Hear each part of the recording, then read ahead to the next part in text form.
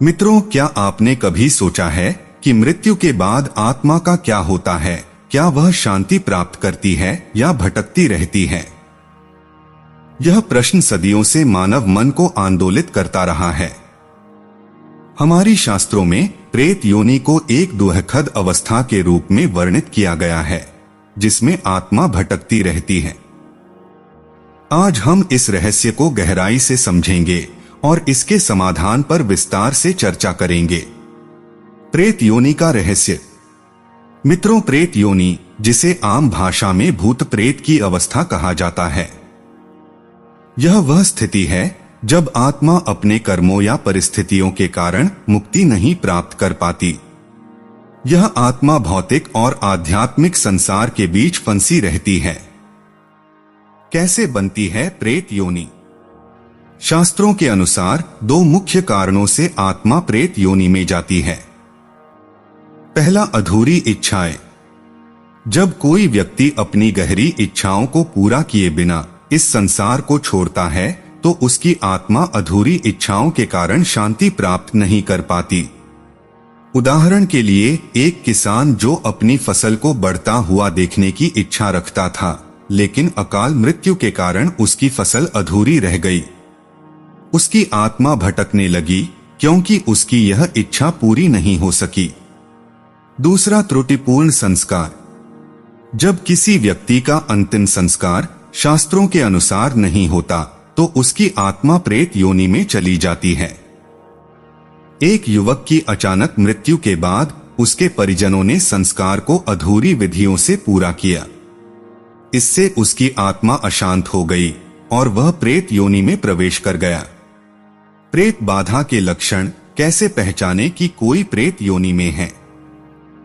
कई बार व्यक्ति की आत्मा या उसका प्रभाव उसके परिजनों पर दिखाई देता है। इसके कुछ सामान्य लक्षण हैं। व्यक्ति को अचानक भारीपन महसूस होता है, शरीर पर दर्द, विशेषकर कंधों और पीठ में, चेहरे का रंग पीला पड़ना, गंदे सपने आना, आत्महत्या के विचार, अचानक भय या चिंता का अनुभव होना, घर में लगातार झगड़े होना, बच्चों का अचानक बीमार पड़ना, व्यापार में नुकसान, घर में सांपों का निकलना। पितृदोष तब उत्पन्न होता है जब हमारे पूर्वजों की आत्माएं शांति प्राप्त नहीं कर पाती। इसका प्रभाव संतान और परिवार पर पड़ता है। पितृदोष के लक्षण। जिस घर में पितृदोष रहता है, उस घर में संतान की वृद्धि रुक जाती है, उस घर में संतान उत्पन्न नहीं होता। घर में पितृदोष होने का लक्षण यह भी है कि परिवार में लगातार किसी न किसी सदस्य का मृत्यु होते रहता है। पितृदोष होने के कारण कई बार व्यक्ति को आर्थिक समस्याओं का सामना करना पड़ता है और घर में असामान्य घटनाएं भी घटित होती हैं। भारतीय शास्त्रों के अनुसार आत्मा को शांति प्रदान करने के लिए धर्मानुसार अंतिम संस्कार और पिंडदान करना अनिवार्य है। विज्ञान आत्मा की अवधारणा को ऊर्जा रूप में मानता है। जब कोई व्यक्ति अधूरी इच्छाओं या मानसिक तनाव के कारण मरता है, तब यह ऊर्जा शांत नहीं हो पाती और यह परिवार पर भी अपना असर दिखाना शुरू करती है। प्रेत योनि से मुक्ति एक विस्तृत प्रक्रिया। अब हम प्रेत योनि से मुक्ति पाने के विभिन्न उपायों को विस्तार से समझेंगे। पहला, श्राद्ध और पिंडदान। पिंडदान आत्मा को मुक्ति दिलाने की एक प्राचीन विधि है, इसलिए पितृपक्ष में श्राद्ध करना अनिवार्य है।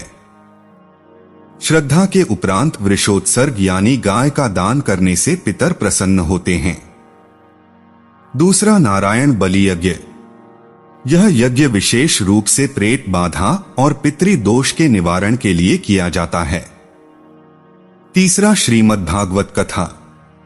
श्रीमद् भागवत पुराण का पाठ और श्रवण आत्मा को शांति प्रदान करता है, इसलिए जिन व्यक्तियों के ऊपर प्रेत दोष है, उनको श्रीमद् भागवत का पाठ करवाना चाहिए। किसी भी व्यक्ति की मृत्यु के उपरांत गरुड़ पुराण का पाठ भी लाभकारी है। हम आपको एक प्रेत योनि से मुक्ति का चमत्कार की कहानी सुनाता हूँ। यह कहानी उत्तर प्रदेश के एक छोटे से गांव की है। रामनाथ नामक किसान अपनी कठिन मेहनत और ईमानदारी के लिए जाना जाता था। एक दिन अचानक उनकी मृत्यु हो गई। उनके परिजनों ने संस्कार अधूरी विधियों से किया। कुछ ही दिनों में उनके घर में अजीब घटनाएं होने लगीं। जैसे रात में खिड़कियों का अपने आप खुलना, घर के सदस्यों को गंदे सपने आना, खेत की फसल अचानक सूखने लगी। परिवार ने गांव के पुजारी से सलाह ली। उन्होंने पितृदोष और प्रेत बाधा की पहचान की। पिंडदान और नारायण बलि यज्ञ का आयोजन किया गया और श्रीमद् भागवत कथा का आयोजन किया गया तथा मंत्र साधना की गई।